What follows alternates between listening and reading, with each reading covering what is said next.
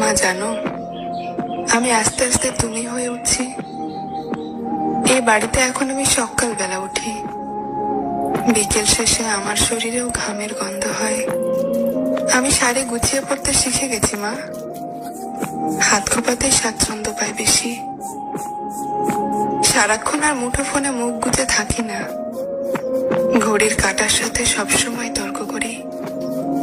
কাটা আঙুল নিয়েও দিব্যি মশলা বাটি জানো, রেগে গেলেও চিৎকার করে আর বাড়ি মাথায় তুলি না।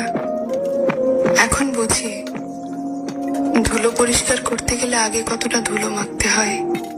তো বন্ধুরা, একটা সংসারে কতগুলো কাজ থাকে আগে বুঝিনি, বিয়ের পর বুঝতেছি সংসারের জন্য মা কতগুলো কাজ করছে।